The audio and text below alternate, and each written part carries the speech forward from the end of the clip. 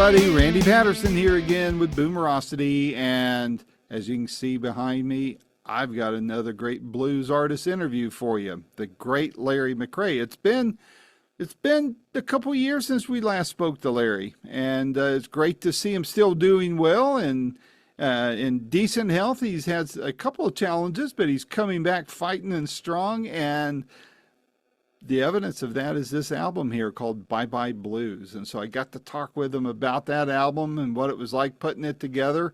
The album is produced by, check this out, Joe Bonamassa and his wingman on guitar, Josh Smith, which by the time this interview posts, you should be seeing our interview with Josh. And that was a fun one too. But Larry's always a joy to watch play, to listen to. And in my case, I also get to talk to the man. So it was a big thrill for me to chat with him again. Please check out this album. You're absolutely going to love it because it's blues like Larry loves to play it. So while you're at it, please hit like, please hit subscribe. Neither are going to cost you anything, and it helps us out a lot. And if you would, share the interview too, especially to the blues lovers you know. So without any further ado, here is my second interview with the great Larry McCray. Until next time, this is Randy Patterson with Boomerocity. Take care. Can you hear me? There you are. There you are. Right. I hear you. All right. How you doing, brother? Doing great. It's been a while. It's been a couple of years since we last spoke. What was it something I said? No, you know what? I'm just happy to still be here trying and holding on and trying to hold on to my health too. I've been had some back issues from all the riding that I've did over the last 40 years, and they're telling me they want to fuse a spine, a vertebrae and all this stuff. But also, if I lose weight, I think that I'll be able to save it with physical therapy and the gym. So I'm trying. I'm on a long road trying to do that. Well, do whatever helps you, man, because we want you around for a long time more. So I'm sure hoping. I'm hoping. Where are you clicking in from? I'm at home in Monger, Michigan. Oh, okay. All right. Good deal. Good deal. How's the weather up there? We kind of cooled off down here. I'm in the Smoky Mountains, and it cooled off here for some reason. It's been raining here and cool like that. It's a real dreary day, overcast. But you know, it's not raining today. It's still overcast and windy. It's only about 48 degrees. But you know, yeah. But I mean, you know, it's Michigan. We know it happen like that sometimes. So it's just a late spring. I got to work tomorrow at home in a place called Burton, Michigan, about 35 miles south of here. And I'm hoping for a little ray of sun tomorrow, something warming up a little bit. Yeah. Gosh, I'm kind of ready for some warmer weather. I'm here in Tennessee, but I was born here, but I grew up in Arizona where we only had 2 seasons, and that was hot and hotter. I know what you mean. Well, Larry, I love what I've heard of this new album so far, man. This is great stuff, of course. I mean, we always expect great stuff from you, but man, I love what I've heard so far. Tell me about it. What's the story behind the album? And before you do, how does it feel to work on a label that's run by a blues artist? Well, you know what? It's a blissful situation because you don't have to explain yourself or try to interpret anything for anybody. You know, everybody's on board on the same team, and it makes a big difference. I don't think there's many people that would probably know me better than Josh and Joe because, you know, we got history from when they were younger men. I was a much younger man myself, you know, but over the years, you know, they know what I've been about and what my goals are, what I try to do musically. And by them being at the level of what they do with their own music and the players that they are and, you know, the experience that they have now, it's pretty easy, I think, for them to help me get to where I'm trying to go. Yep. Well, I just interviewed Josh this week, back on Tuesday. And, okay. My first time talking with him. Oh, he's doing great. Yep. And I hope to be interviewing Joe for my third time sometime in the coming weeks when his album comes out. But You're on a great team there. I'm curious, do you find that, you've already kind of alluded to the fact that they've helped you with what you're doing, but I would imagine that the feeling's mutual, that you've helped them and they've learned a lot at the feet of somebody who's been at it a bit longer than they have. No? Well, I don't know. I don't, you know, I just look at it this way, is that I'm one of the last people that I know that's still out here playing that was linked to a lot of the greats directly. And when I Mm-hmm. say that, I mean that I knew Albert King, I knew Albert Collins, I knew BB, I knew Luther Allison, Buddy Guy, Coco Taylor, just to name a handful of some of the people that I used to rub elbows with frequently. And let Mm-hmm. alone, the people that, maybe that I have had shows with, a rapport with, have traveled with around the world. So one thing, I do have a lot of experience, but I'm the one, just like when I work a lot with the Almond Brother kids nowadays, with Devin and Yeah. Dwayne. Yeah. Now I'm old enough to have been in the company of their fathers, but yet and still I'm young enough to still be out here, and the kids done come on now. They grown men and they done picked up their daddy's torch. So Yep. I'm right in the middle, in the seam of a lot of good things, in terms of what was pertinent to my music, and Mm-hmm. the musical company that, always made me thrive. Yep. Yep. Man, that just hearing about it all, it kind of gives me chills because I mean, the synergies of it all, what all else can happen. I mean, when you guys get together and work or just bounce ideas off of each other. I mean, I'm not a musician, but as a consumer of your work and what you all do, man, it excites me to know that there's a lot of possibilities still that can happen, and Oh, I'm that I'm it's all so I'm good. so hopeful. My biggest regret is that it took me as long as it did to get to this circle, to get in this situation. And I wanted to make mention too, one of my very early influences and comrade was the late great Gary Moore. And Yeah. my first tour of being on the big stage was with Gary Moore. I opened Gary Moore in a lot of cities in Europe doing the Still Got the Blues tour. I was Mm-hmm. doing Point Blank Records at the time, and those were some good days to be a blues musician back in the early '90s. Late '80s, early '90s. It was still a lot of the blues greats out there playing, and I was the young buck on the scene. And I was getting a chance to rub elbows with a lot of my heroes. Yep. Yep.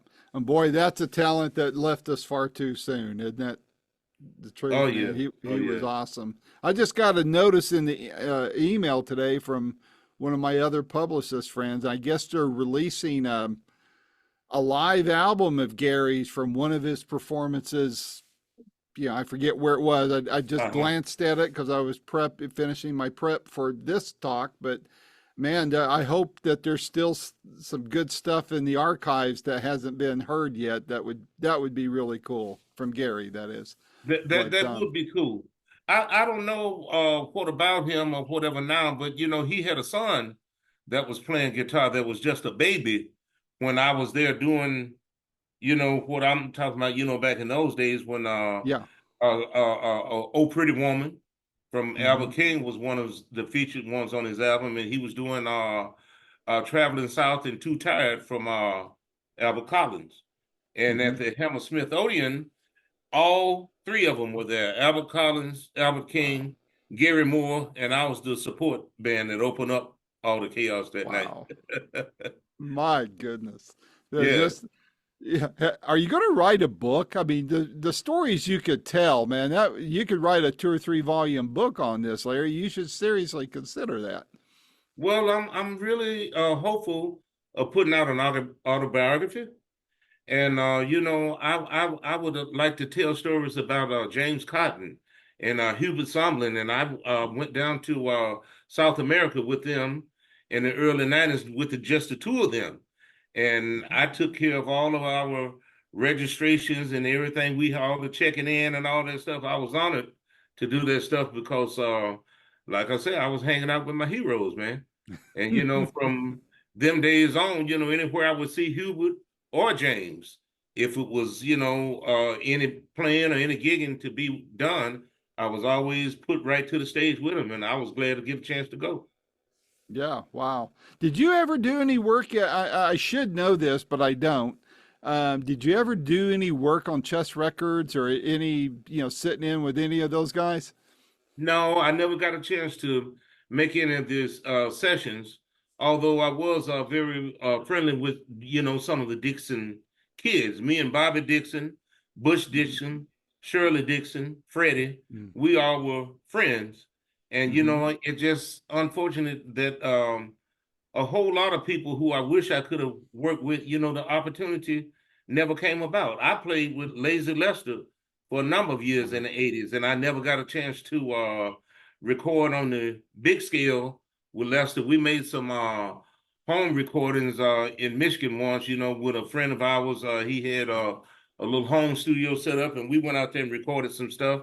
But that's another regret that I never got a chance to record with that I wish I could have. Albert King, you know, Luther Yeah. Allison. I would have that just would have been a heavenly situation for me.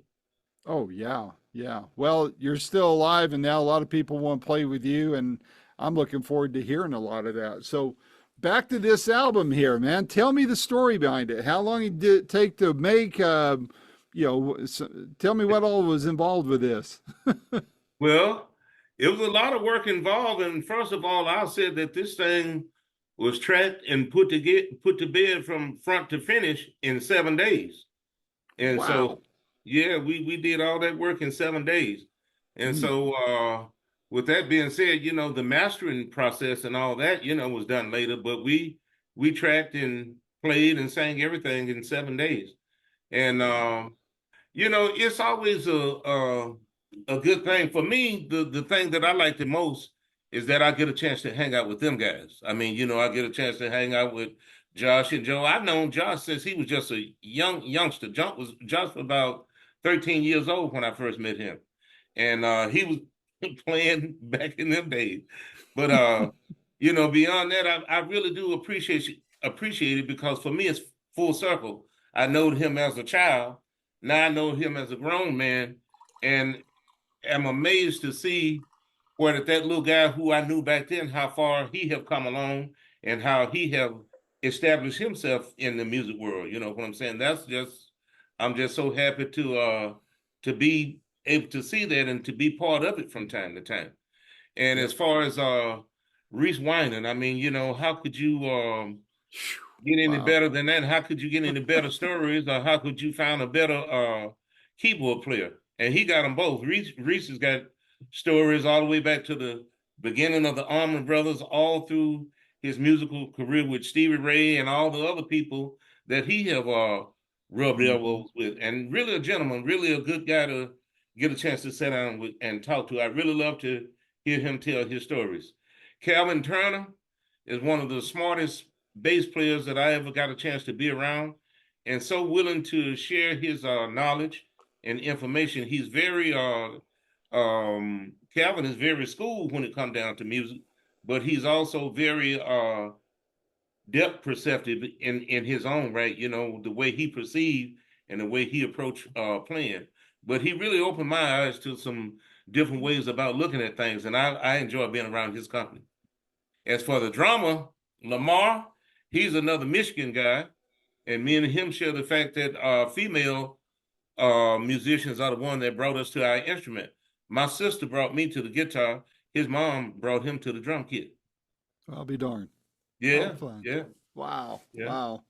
Well, it's interesting about Joe and Josh. I mean, and I mentioned this to him the other day when I talked to him. It's just, there are two guys that are considered prodigies, at a young age, yeah, and yeah. I just found it interesting that, sometimes when you get somebody like that together, the egos can get in the way. But these guys are like tight like brothers, and they play so well together and work so well together.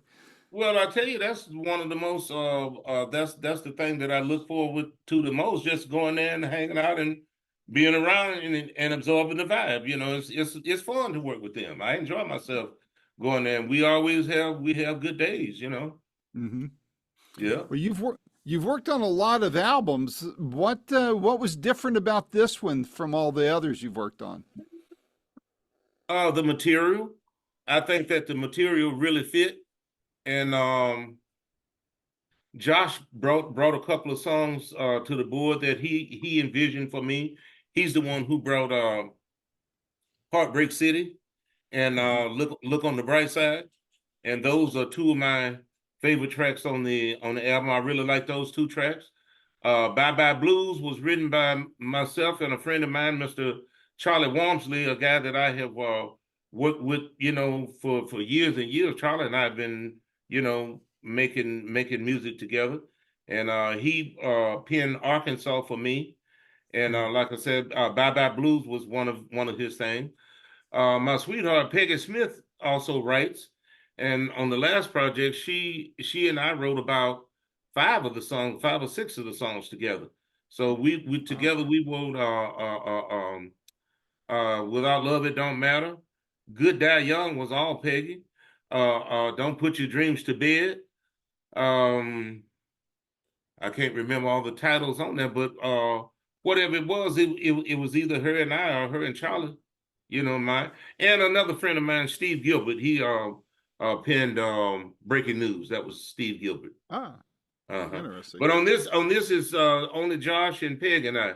So another one of my favorite tracks is "Everything Falls on Me," and that was just a fun thing to do, and talking about everyday life rigmarole, stuff I was dealing with at the time. Hmm. Hmm. Were there any surprises that you ran into working on this album? Yes, we got a chance to get Kirk Fletcher in on the project, and he really brought some. Yeah, he really brought some good energy and some good spice Hmm. to the tracks and everything. And I've really been a big fan of his. I was a DJ back at the time when he was putting out his first music on Delta Groove, and it Hmm. was a Delta Groove or Delta Grove, Delta Groove. I think it was Groove. Yeah, You Delta got me Groove. there. Yeah. Anyway, when I first got his music in, the first thing I did was looked at the cover, and I said, "Wow, look at him!" I said, "He looked like some of my kin folks." And then when I heard him play, I was like, "Oh wow, this is the way that I always wish I had played." You know what I'm saying? So I'm a big fan of Kurt, and to work with him it was just the cherry on top. I really was glad to have him there. Wow. It sounds Yeah. like a lot of fun. Now, if And I can't were to forget take, about them women singers either, man. I think that they really, really bring a nice spice and a nice softness, yes. to the groove. So I have to put my hats off to Jade McCray and Danielle. I don't have that note in front of me, but it's, Ah, we're both in trouble now. So I know I can never say her name right. hold on. I'll get it here. Danielle, I'm pulling up the notes here. Danielle DeAndrea. DeAndrea, that's it. That's Yeah, it. sorry, Danielle. But yeah, I mean, I love working with him too. Yeah, yep. I Yeah, imagine I would love to be a fly on the wall when you guys work together, just to watch what goes down, how it works, and how you play off of each other. It right, would right. it would be something magical to watch. If I were to take this album and put it in front of somebody that maybe hadn't heard of you before or hadn't listened to your work in quite a while, and I was going to play them just one song off of this album, say, hey, if you like this, you're really going to love the rest of the record. Which songs should I point them to?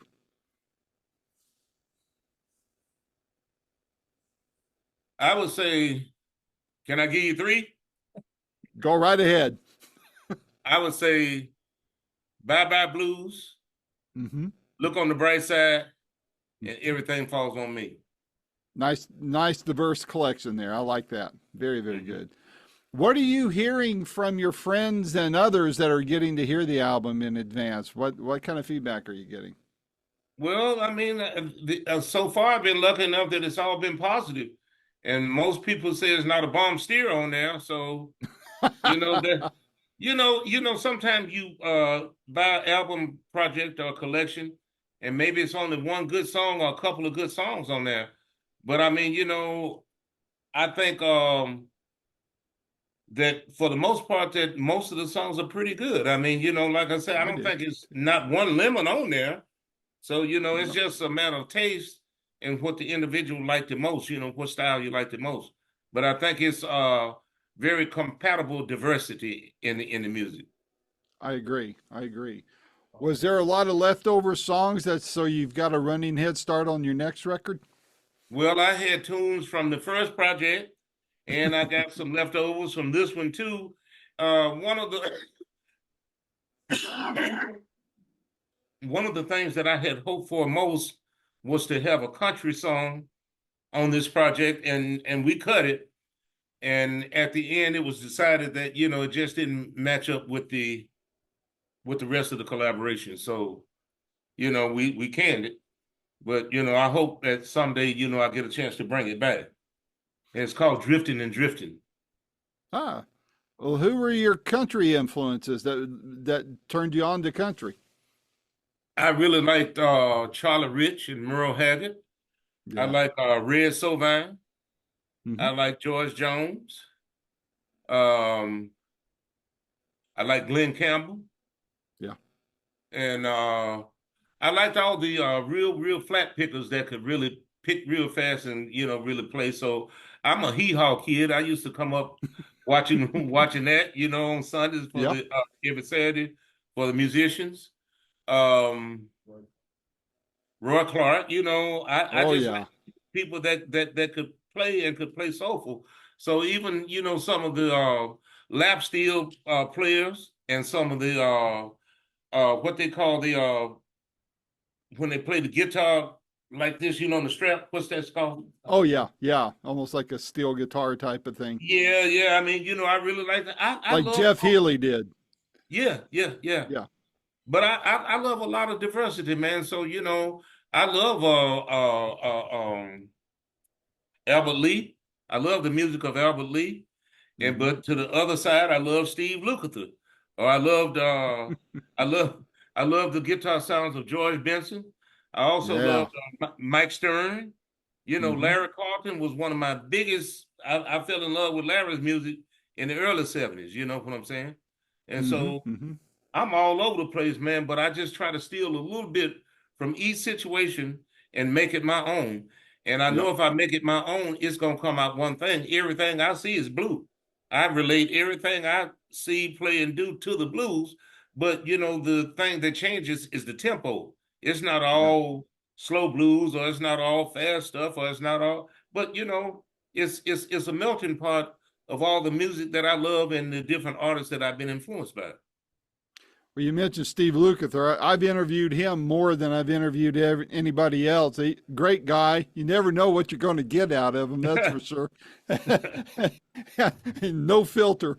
But if you like Luke, you'll love this. He's good friends with this guy I'm about to mention too. His name is Andy Timmons. Are you familiar with Andy? Yes, I know Andy Timmons' work. Yeah, Yeah, yeah. yeah. He and I are good Robin Ford friends. too. I like Robin. Like Yeah, Robin, but yeah, love Robin yeah. music. Yeah, yeah. Well, the theme song I use for my show is called "Roll the Dice," and it's written and played and recorded by a good friend of Andy's. In fact, I was introduced to this guy by Andy.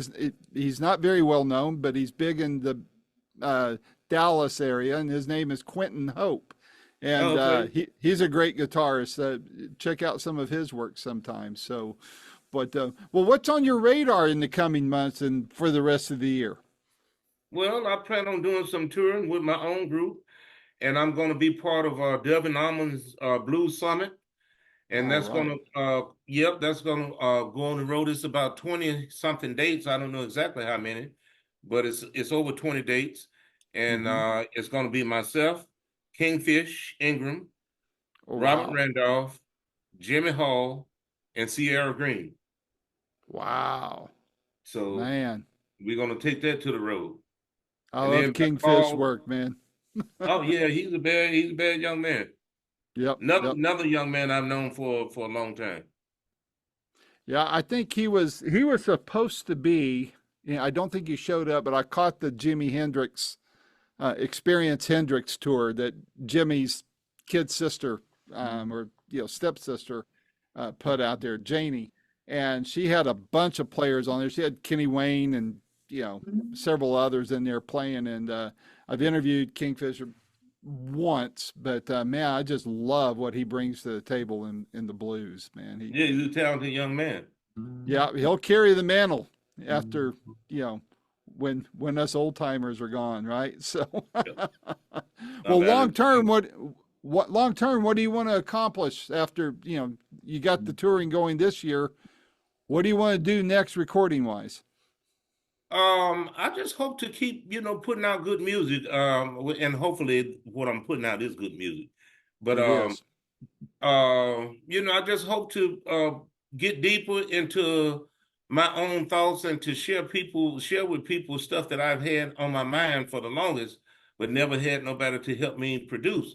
So rhythmically, I got, some more diversity. I mean, this is not nothing strange rhythmically.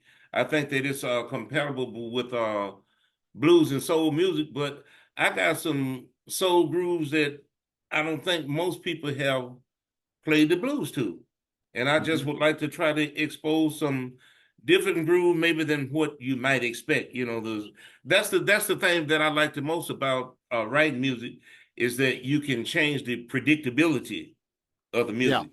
Yeah. A lot of people say, okay, you play the blues. Okay, I know, 1-4-5, No, but it don't necessarily have to go that way. You limit it to your own mind and to your own way of thinking. If you think it can't go no further, it can't go no further. That's right. That's right. Well, I remember watching you. I saw you perform one time, Larry. It was right in my backyard, practically in Maryville, Tennessee. You stopped there, I don't know, 7-8 years ago. The Smoky Mountain Blues Society. They had you drop in there at Barley's, and man, up in that upper room there. And boy, watching you play, man, it was a treat. It was a real treat to watch you perform there, man. And such a closed, such a small, intimate venue too. That was, I could see you sweat, man. You were really cranking it out there. And that's some of my favorite places to come and play. I love Herman, Herman Long. I kind of know him, but I'm not close to him now. But you know who he is. You know who I mean. Yeah, long hair. He's been a great friend for a long time, and I just hope everybody's well. We ain't been to Maryville in a long time, but he used to bring us quite often, back in the days. I must have been there at least a half a dozen times. So, I just hope he's well. I hope he's listening. And big shout out. I got to try to get him on the telephone and see how he's doing. Yeah. Now, I haven't seen those guys since before the pandemic. So I need to get back into the groove of it. I know in the summers they're going to start up the blues cruises again, where they get on that big paddle boat and go up and down the river by the Vols Stadium there and all that near. But Matt, hey, Larry, it's been great to talk to you again. And please know that my door is always open to you, man. Anything you got coming out that you need to get help to get the word out, I want to help you with it, man. So we'll set one of these up, and hopefully you'll be coming through here and I can shake your hand again in person. For sure. Let them know that the summit is coming. Devin Allman's Summit is going on the road August 4th. And each one of those artists is going to be a CD release behind it also, because everybody will have a track on the CD, the Blues Summit. Oh, yeah. Probably be volume 1. I would imagine he might do it again. So, it's going to be music in relation to that also. Very cool. I'll definitely check that out. So, well, listen, you take care of yourself, because I want you around a lot longer and hear a lot more music out of you, okay? My friend, I can't wait to get to Tennessee again and shake your hand. All right. Sounds good, buddy. Take care, and God bless. God bless. This has been another fun-filled episode of Boomerocity with your host and producer, Randy Patterson. The theme song is Roll the Dice and is recorded and used by permission from Quentin Hope. Quentin is spelled Quinten, and Hope is Hope. And you can find out more about Quentin at QuentinHope.com. Post-production is done by Cardinal Sins Productions. The Boomerocity name, logo, and content is copyright protected. Segments may only be used with written permission by Boomerocity and or its assignees. Inquiries should be directed to input@boomerocity.com. Copyright 2025.